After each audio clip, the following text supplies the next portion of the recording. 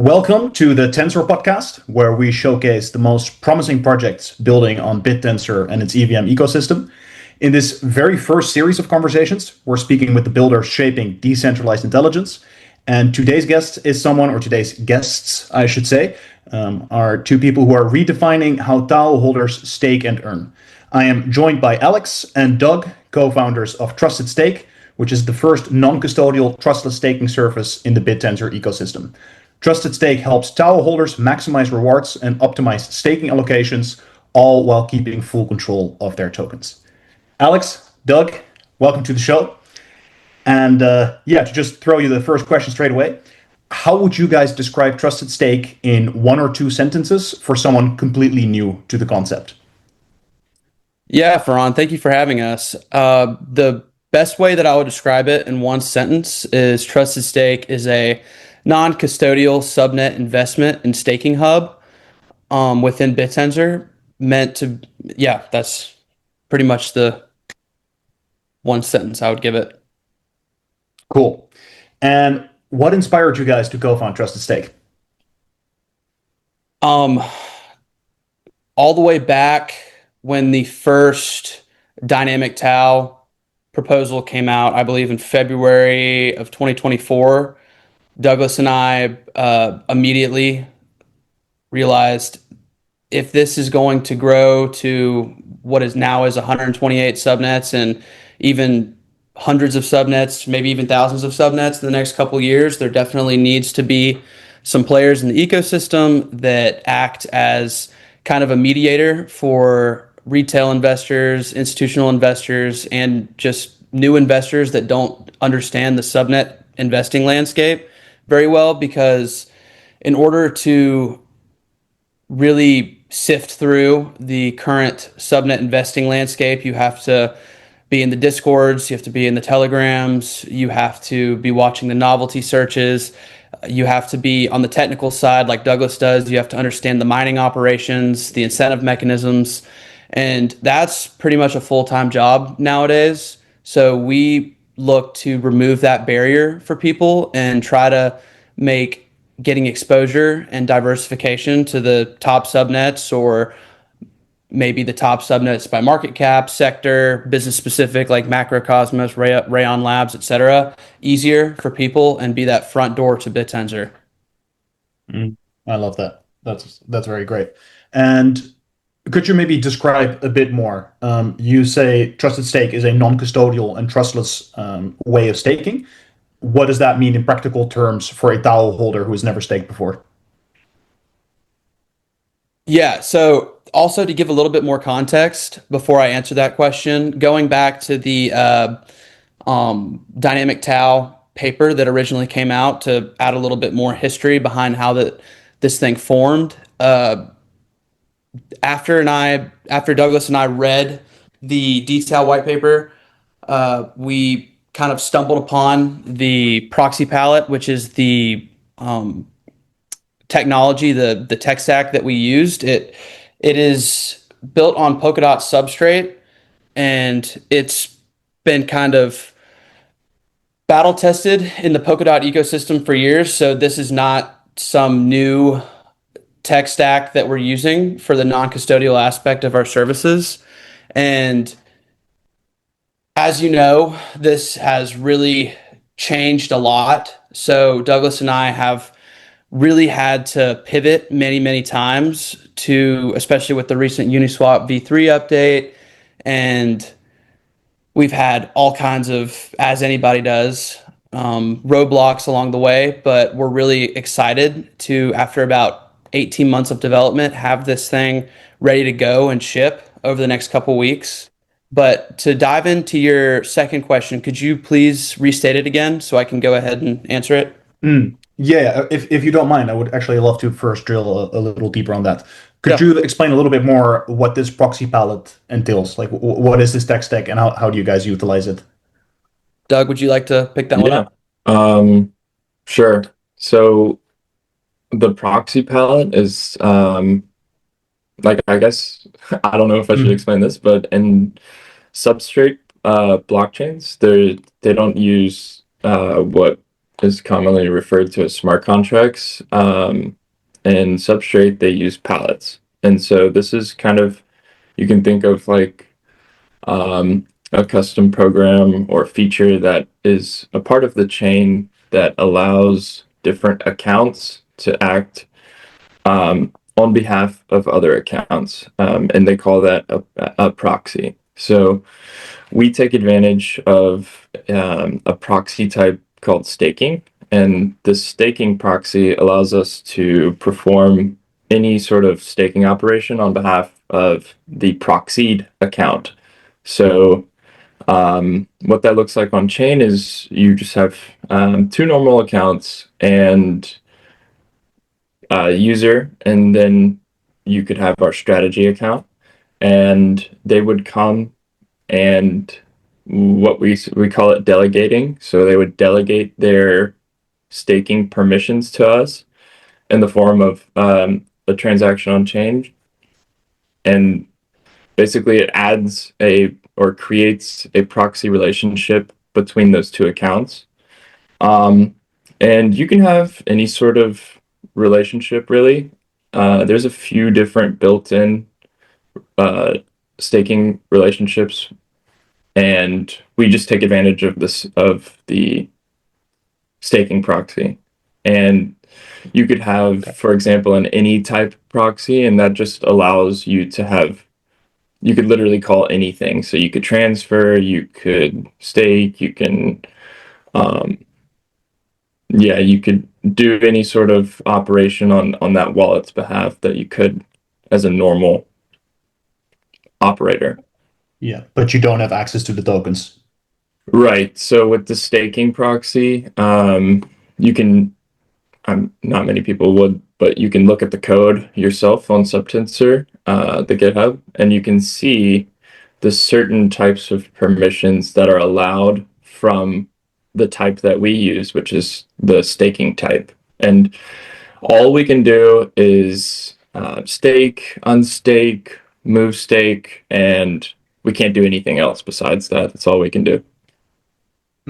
Yeah, so if I understand correctly, the non-custodial and trustless part comes from me as a token holder. I could basically give you my rights, and through the proxy, you can do the voting mechanism, but I am still fully in control of my assets. Yeah, that's exactly correct. Okay, awesome. Then that also answers the question earlier. Yeah, maybe as a follow-up question, staking can be done manually. You already alluded earlier, Alex, that it can take a lot of time and energy to be up to date with everything that's happening inside of the ecosystem. What makes you different from other delegation services that might try to do the same thing? Yeah, sure. So Douglas and I's objective with Trusted Stake is to, over time, roll out many, many different options for users and also add a lot of depth to the insight and analytics that they're able to view on their portfolio. So we currently have the self-service platform right now for Trusted Stake, so anybody could come in and do a simple swap transaction between, like within subnets, which is similar to a Uniswap or SushiSwap interface, move stake between validators, or do a batch swap transaction. And this is just so that people can self-service if they like.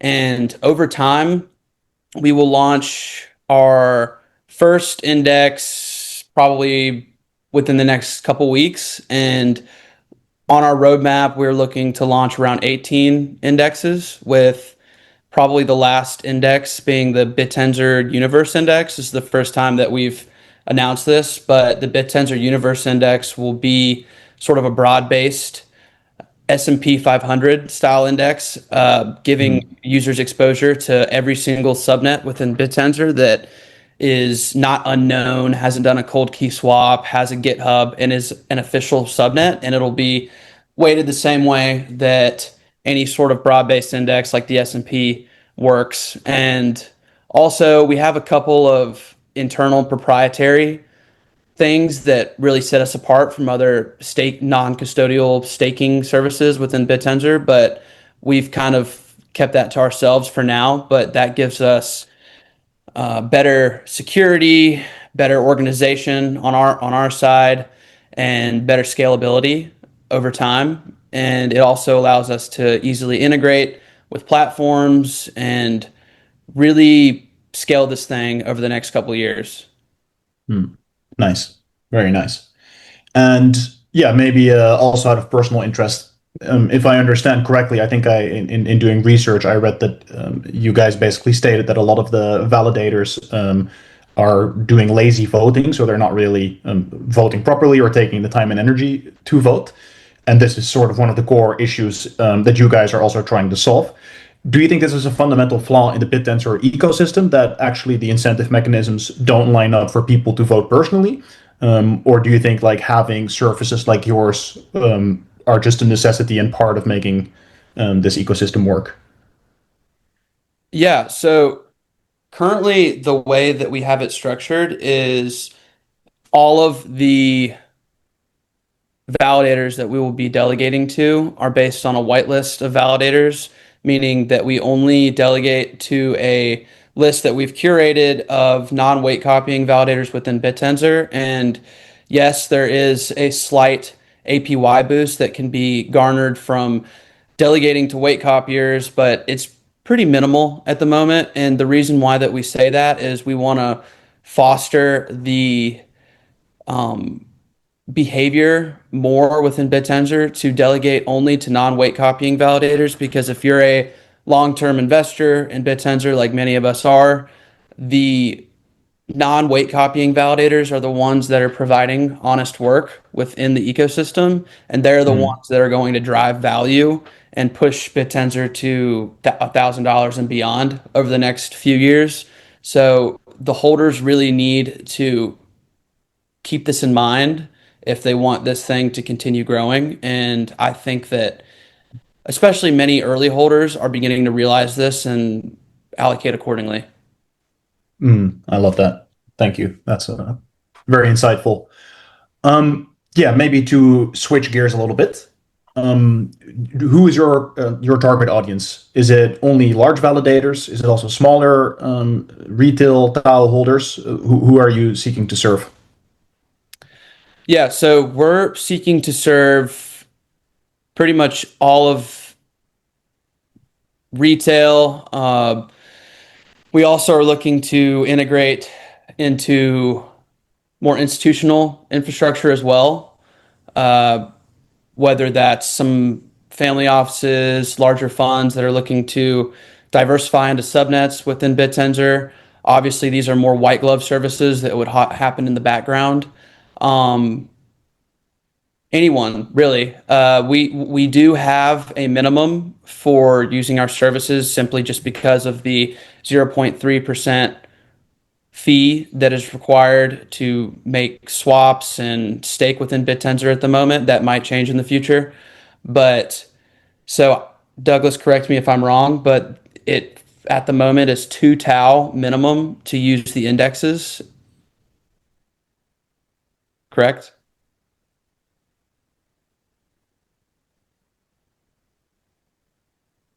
Douglas, you're Hey, yep. my microphone came unplugged. Yes, there's a minimum of 2 tau to use the platform. And to add on to what you were saying, Alex, a, a big chunk of that comes from the zero point zero 0.09 reserve that is taken. This is just built into the blockchain itself. We can't change it, can't do anything about it, but you do get it back when you if you were to leave the platform, um, whether you withdraw or whatever close your proxy relationship, you'll receive that reserve balance. You'll get it back, but that and the fees that you were talking about, and just the way that our strategies work, kind of require you to have a few tau in your wallet, and two is the right number. Hmm. And earlier, you already alluded to that you're currently working on the Bit universe. You called it Bittensor universe.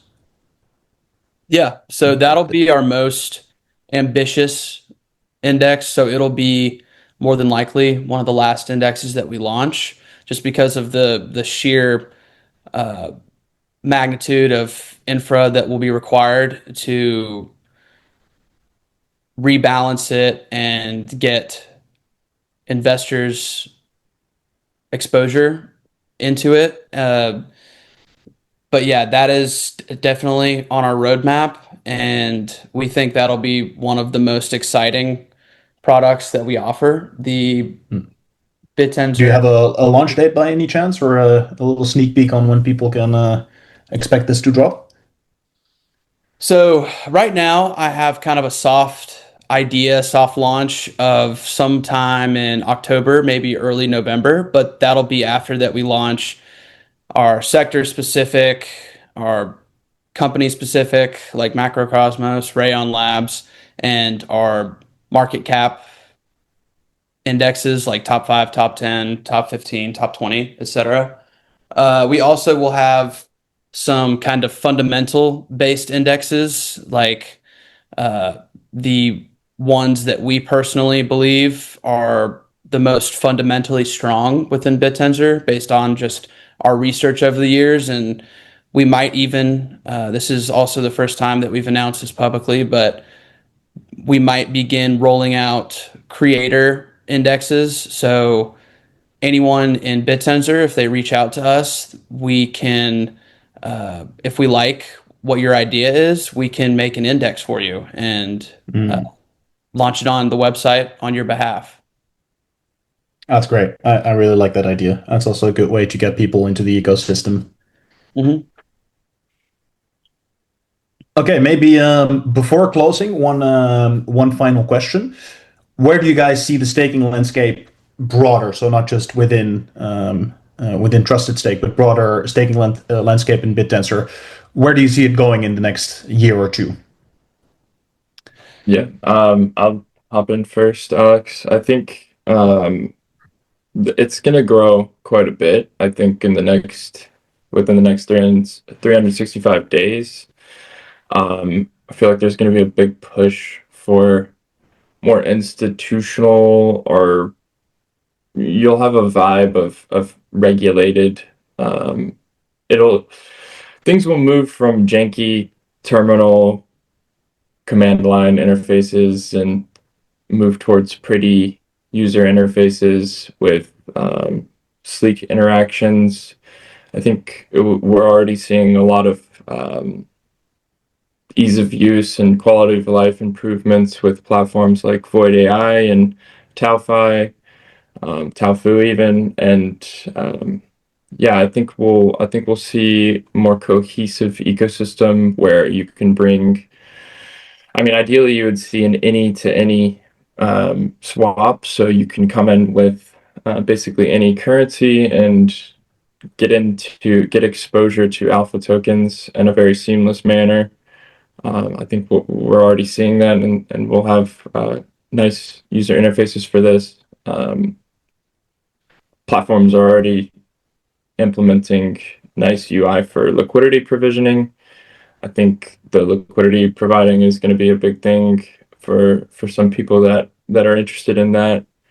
But yeah, I think we'll see a new sort of wave of interest coming from other chains where they're able to load capital into the network. I think that just coincides with the explosion of Bittensor as well, with subnets producing real commodities and people in the real world are actually catching on to what Bittensor is doing for humanity, and I think it'll just kind of grow together. And staking is the obvious way for investors to start supporting these what I would consider low cap AI startups. And so yeah, we'll see some financial instruments, financial products being built that kind of really lower the barrier to entry. So coming in with, say, stable coins and getting an exposure to alpha, and maybe even some, baskets like Trusted Stake offers, where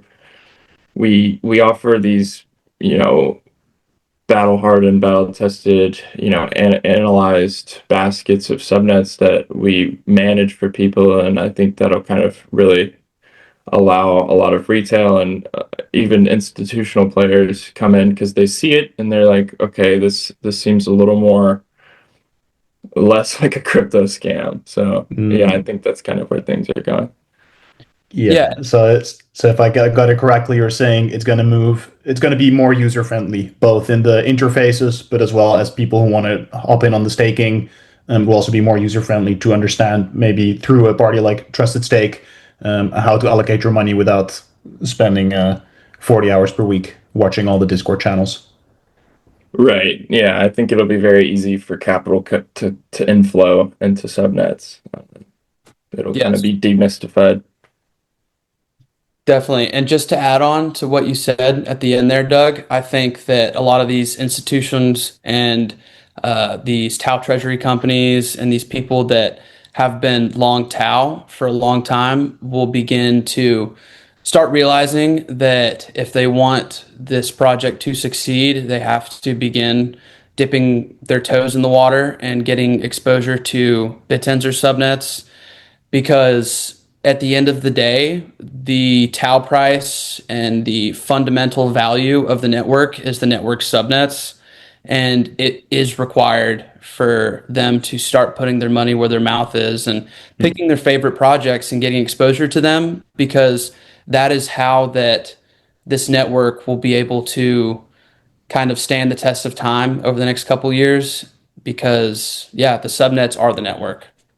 Yeah, it's the fundamentals. If we don't get the fundamentals right, it's not really a lot of long term perspective. Definitely. Yeah. Cool. So maybe you guys want to share where people can learn more about Trusted Stake. Maybe you have a call to action or something you'd like to ask to whoever is listening right now. Yeah, Yeah, so Doug, do you want to pick this up or? sure. We have our website at trustedstake.ai. You can find us on Twitter as well, Trusted Stake. And yeah, the website trustedstake.ai is kind of the landing page. You can go from there, figure out, you can go to the app from there and see some of our research. And yeah, Beautiful. All right, that wraps up this episode of the Tensor podcast. To anyone who's listening, if you enjoyed this conversation and want to stay ahead of what's happening in the beautiful Bittensor ecosystem, then subscribe and share this episode. Thank you all for tuning in, and hopefully see you for the next one.